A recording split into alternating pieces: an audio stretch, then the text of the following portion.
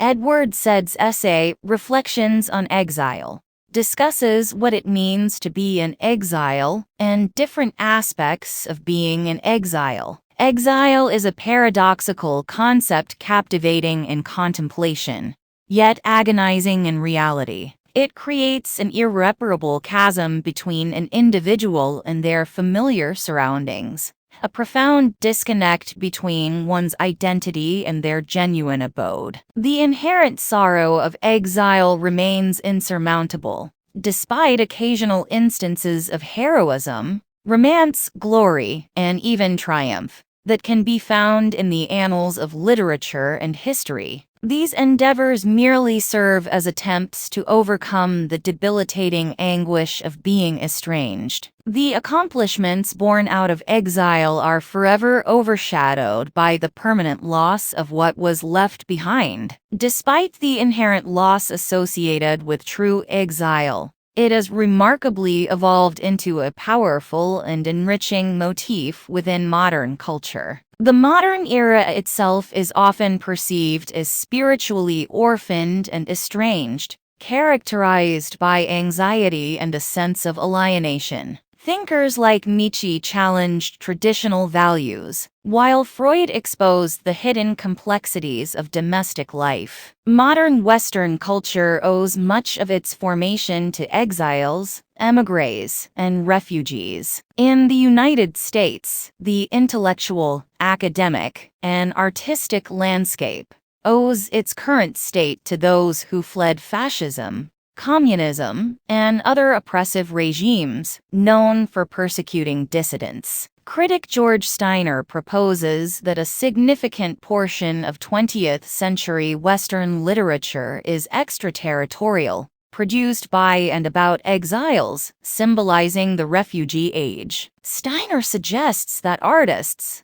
living in a civilization that has rendered many homeless, naturally embody the spirit of wanderers and poets, marked by eccentricity, nostalgia, and deliberate untimeliness. While exiles in earlier times also possessed cross-cultural perspectives and endured similar frustrations, our contemporary era distinguishes itself by the sheer scale of displacement characterized by modern warfare, imperialism, and the quasi-theological ambitions of totalitarian leaders. It is indeed an age defined by refugees, displaced individuals, and mass immigration. Exile, when placed within the vast, impersonal backdrop of the 20th century, cannot be neatly aligned with notions of humanism. On such a grand scale, exile eludes both aesthetic and humanistic comprehension. The literature surrounding exile may objectify the anguish and predicament rarely experienced firsthand by most people. However, to consider the exile portrayed in this literature as inherently beneficial to humanity visualizes the profound mutilations and losses inflicted upon those who endure it, as well as its unyielding silence in the face of understanding it as something good for us. In truth, exile is irrevocably secular and unbearably historical. It is a product of human actions, inflicted upon fellow human beings, and akin to death in its merciless nature, tearing millions away from the nourishment of tradition, family, and geography. To witness a poet in exile, as opposed to reading their poetry, is to witness the embodiment of exile's contradictions and the intensity with which it is endured. Poets and writers in exile bring dignity to a condition designed to deny dignity and strip people of their identities. To truly understand contemporary political punishment through exile, one must expand the boundaries of experience beyond what is portrayed in exile literature itself. It requires looking beyond renowned figures like Joyce and Nabokov, and considering the countless masses for whom UN agencies were established. It is essential to think of refugee peasants who face the grim reality of never being able to return home, armed only with ration cards and agency numbers. While Paris is known for cosmopolitan exiles, it is also a city where unknown individuals from various backgrounds suffer years of profound loneliness. Vietnamese, Algerians, Cambodians, Lebanese, Senegalese, Peruvians. The scope widens as one considers Cairo,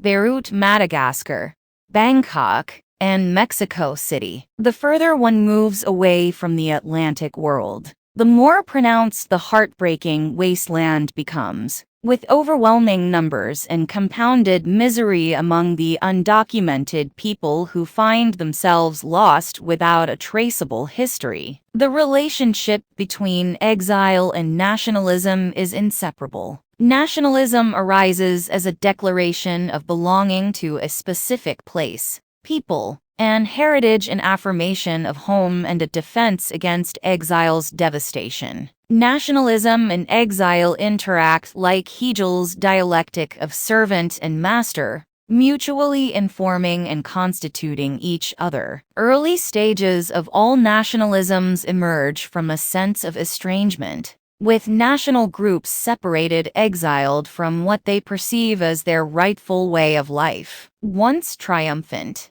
nationalism retrospectively and prospectively justifies its existence through a selective narrative of history, encompassing founding figures, quasi-religious texts, rhetoric of belonging, significant landmarks, official enemies, and heroes. This collective ethos forms the habitus, as described by Pierre Bourdieu, a coherent amalgamation of practices linking habit with inhabitants. Over time, successful nationalisms monopolize truth for themselves, relegating falsehood and inferiority to outsiders, as evident in capitalist versus communist or European versus Asiatic rhetoric. Just beyond the boundary of us versus outsiders lies the perilous territory of non-belonging, a place where, in primitive times, people were banished, and where, in the modern era,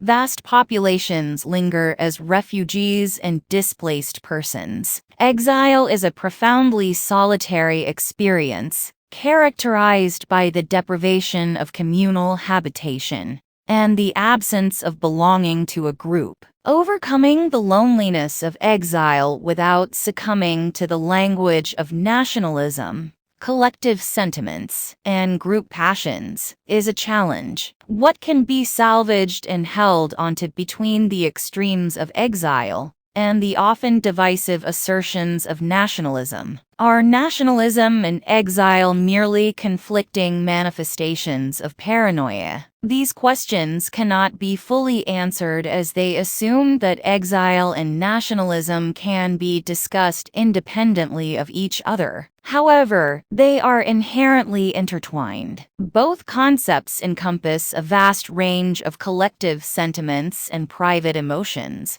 making it challenging to find language that adequately addresses them both. Nationalism, with its public and all-encompassing aspirations, fails to capture the core predicament of exile. Unlike nationalism, which strives for continuity, exile is a state of discontinuity. Exiles are severed from their roots, land, and past. They typically lack armies or states, although they often seek to establish or join them. Exiles feel an urgent need to reconstruct their shattered lives, often by aligning themselves with triumphant ideologies or reconstituted communities. An exile's state free from this triumphant ideology, aimed at rebuilding their fractured history into a new whole, is virtually unbearable and nearly impossible in today's world. The plight of the Jews, Palestinians, and Armenians serves as poignant examples. Exile is a possessive state. What one achieves becomes something they are unwilling to share, leading to the emergence of unappealing aspects of exile. An exaggerated sense of group solidarity and a passionate hostility towards outsiders, even those facing similar predicaments. The conflict between Zionist Jews and Arab Palestinians exemplifies this intransigence. Palestinians feel exiled by the Jewish people, who themselves have historically been seen as a people of exile. However, Palestinians also recognize that their own national identity has been shaped within the exile milieu, where anyone outside the bloodline is perceived as an enemy. Every sympathizer is suspected of being an agent of an unfriendly power, and the slightest deviation from the accepted group stance is regarded as the utmost betrayal and disloyalty. One of the most extraordinary fates of exile is to be uprooted and displaced by fellow exiles,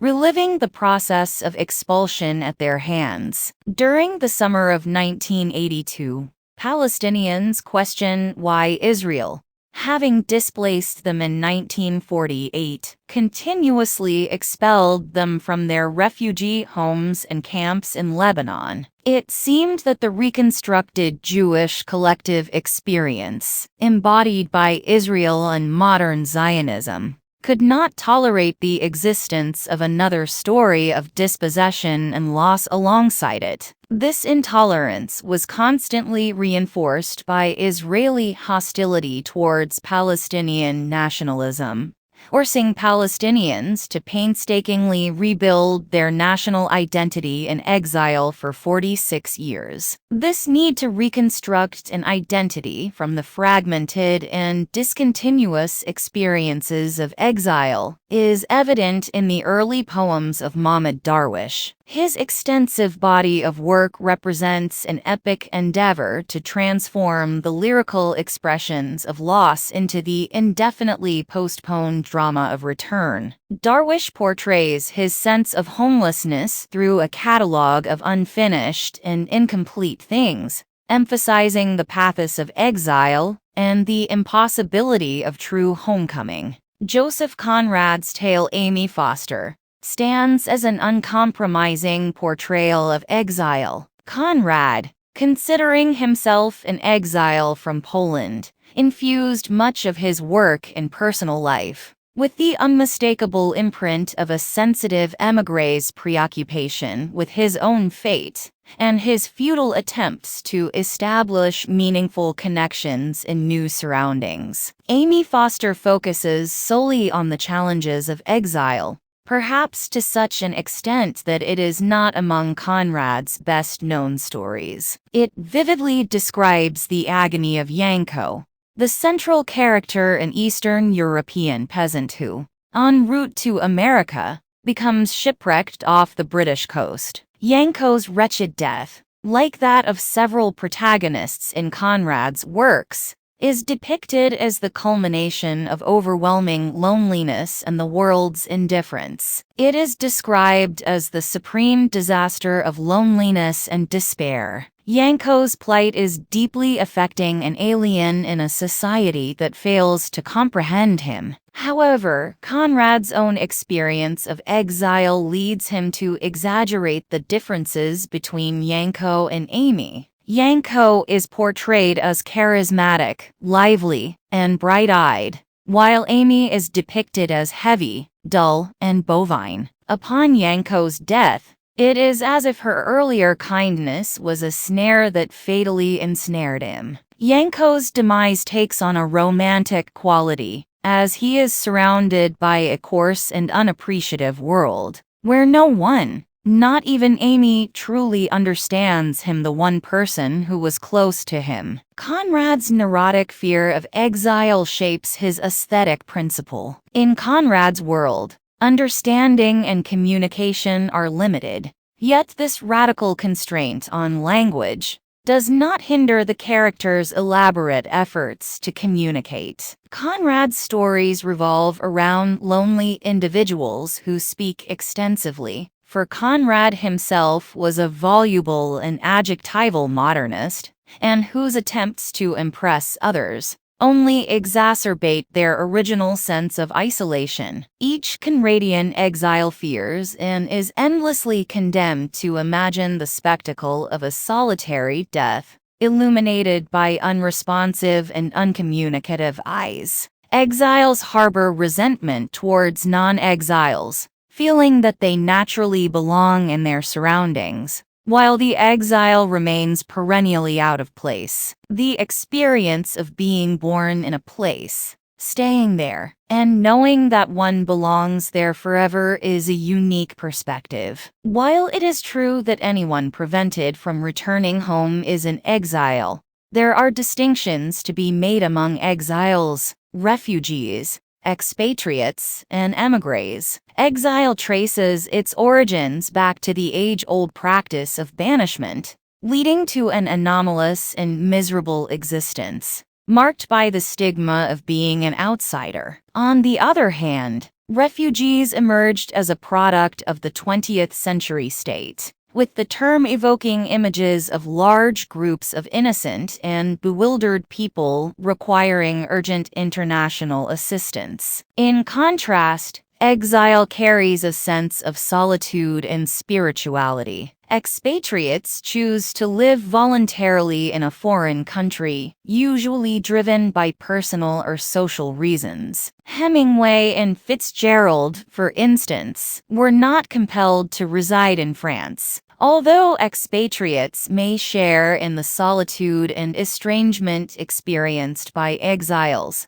they do not endure the rigid prescriptions of exile. Émigrés occupy an ambiguous status. Technically, anyone who emigrates to a new country is considered an émigré, and choice plays a role in their decision. Colonial officials, missionaries, technical experts, mercenaries, and military advisors who temporarily reside in a foreign land may experience a form of exile, but they have not been banished. White settlers in Africa, parts of Asia, and Australia may have once been exiles, but as pioneers and nation builders, they shed the label of exile. Exiles often devote much of their lives to compensating for the disorienting loss they have experienced by creating a new world to govern. It comes as no surprise that many exiles find solace in pursuits such as writing novels, playing chess, engaging in political activism, or immersing themselves in intellectual endeavors. These occupations require minimal attachment to material possessions and place a great emphasis on mobility and skill. The exile's newly constructed world is inherently unnatural, resembling a work of fiction. Georg Lukács, in his theory of the novel, convincingly argued that the novel, born out of the unreal realms of ambition and fantasy, embodies a state of transcendental homelessness. Classical epics, Lukács noted, emerged from settled cultures where values were clear, identities stable, and life unchanging. In contrast, the European novel is rooted in the experience of a changing society, where protagonists of the wandering and disinherited middle class strive to construct a new world that bears some resemblance to the irretrievable old one left behind. Epics contain no other world but this one, with Odysseus eventually returning to Ithaca after years of wandering and Achilles succumbing to his predetermined fate. The novel, however, exists because alternative worlds are conceivable possibilities for bourgeois speculators, wanderers, and exiles. Regardless of their accomplishments, exiles always carry a sense of eccentricity, perceiving their difference even as they often exploit it as a form of orphanhood. Those who are genuinely without a home view the habit of interpreting estrangement in everything modern as a mere affectation, a display of fashionable attitudes, clinging to their distinctiveness as a weapon wielded with unyielding determination. Exiles fiercely assert their right to reject belonging. This attitude typically manifests as an intransigence that cannot be easily disregarded. Willfulness, exaggeration, and overstatement become characteristic modes of expression for exiles, serving as methods to compel the world to accept their vision, which they intentionally make more difficult to embrace, because they are unwilling to have it accepted outright. It belongs to them after all. Composure and serenity are not typically associated with the work of exiles. Artists in exile are often regarded as disagreeable, and their obstinacy seeps into even their most sublime creations. Dante's vision in the Divine Comedy possesses immense power in its universality and intricate detail. Yet even the beatific peace achieved in the Paradiso bears traces of the vindictiveness and severity of judgment embodied in the Inferno. Who but an exile like Dante, banished from Florence, would utilize eternity as a realm for settling old scores? James Joyce purposefully chose exile to give strength to his artistic calling. Richard Ellman's biography highlights how Joyce deliberately provoked conflicts with Ireland and nurtured them to maintain a steadfast opposition to the familiar. Whenever Joyce's ties with his homeland showed signs of improvement, he sought out new incidents to solidify his intransigence and affirm the righteousness of his voluntary absence. His fiction revolves around the state of being alone and friendless, a condition he deeply understood. Joyce's success as an exile raises a fundamental question. Is exile such an extreme and personal experience that any instrumental use of it ultimately trivializes its essence? How did the literature of exile come to be regarded as a central theme of human experience alongside adventure, education, or discovery? Is it the same exile that literally leads to Yanko Gurul's demise and has fueled the complex and often dehumanizing relationship between 20th century exile and nationalism? Or does it represent a more benign form? Contemporary interest in exile often stems from the somewhat diluted belief that non-exiles can partake in the redemptive motif of exile. There is a certain plausibility to this idea. Exceptional exiles, like itinerant scholars in medieval times or educated Greek slaves in the Roman Empire,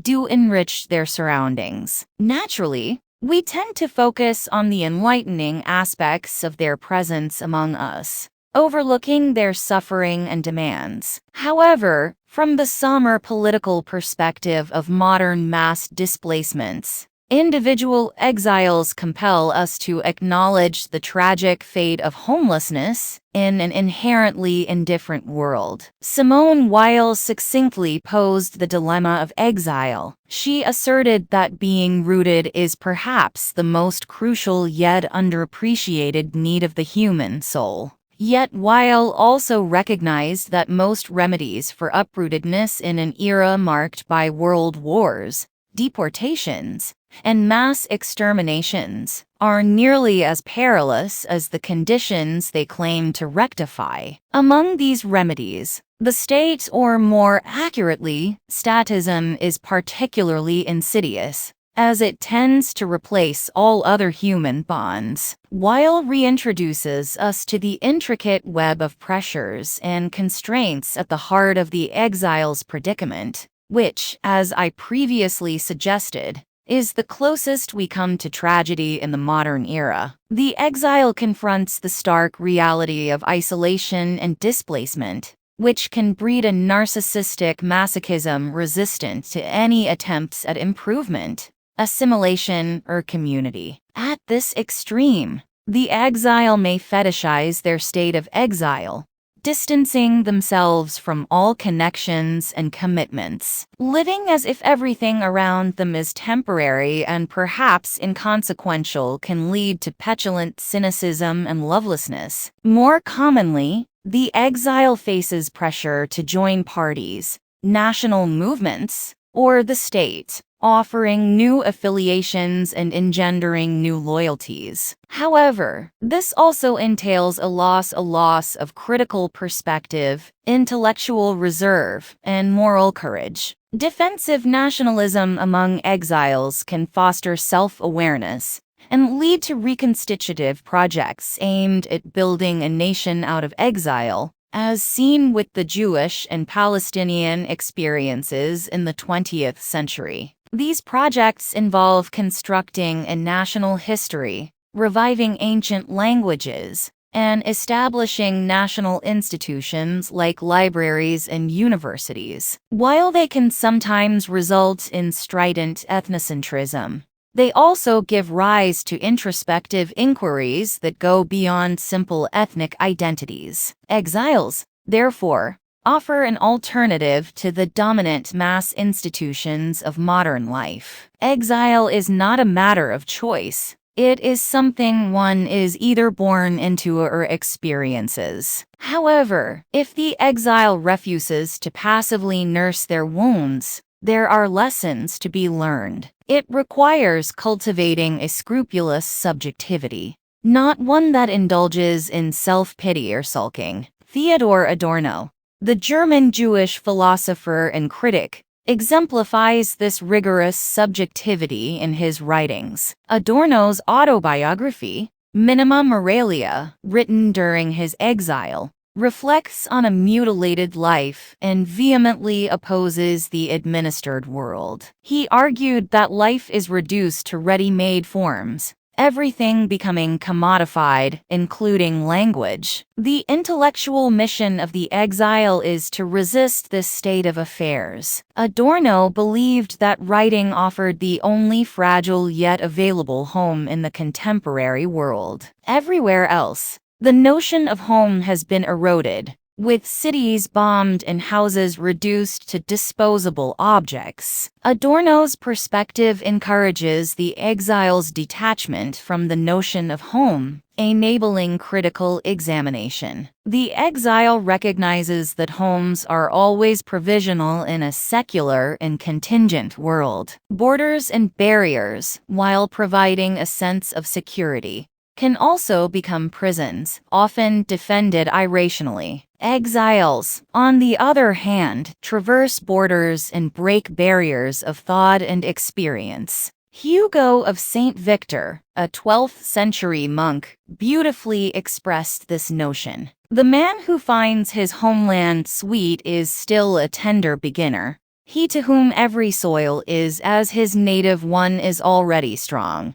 But he is perfect to whom the entire world is as a foreign land. The exile's journey involves gradually detaching from transient and invisible things, ultimately considering the entire world as foreign. The tender soul is attached to one place. The strong individual extends their love to all places. That the perfect person has extinguished such attachments. Erich Auerbach, a renowned literary scholar who experienced exile during the war, considers the passage by Hugo of St. Victor as a model for transcending national or provincial limits. This attitude is essential for historians to comprehend human experience and its diverse written records, freeing them from prejudice and fostering knowledge. However, Auerbach emphasizes that achieving independence and detachment involves working through attachments rather than rejecting them. Exile is based on the existence of a bond and love for one's native place. The loss is inherent in both home and love. Auerbach suggests regarding experiences as ephemeral, questioning what anchors them in reality, and what one would choose to preserve or relinquish. Only someone who has achieved independence and detachment, someone who cherishes their homeland yet cannot recapture its sweetness, can answer these questions. Such a person cannot derive satisfaction from illusory substitutes provided by dogma or illusion. While this perspective may seem grim, it doesn't necessarily lead to a perpetually gloomy outlook. Exiles, who have a plurality of vision encompassing at least two cultures and settings, can appreciate the simultaneous dimensions and contrapuntal nature of their experiences. For an exile, daily habits and activities in the new environment exist alongside memories of the old, creating vivid contrapuntal occurrences. This multifaceted apprehension brings a unique pleasure,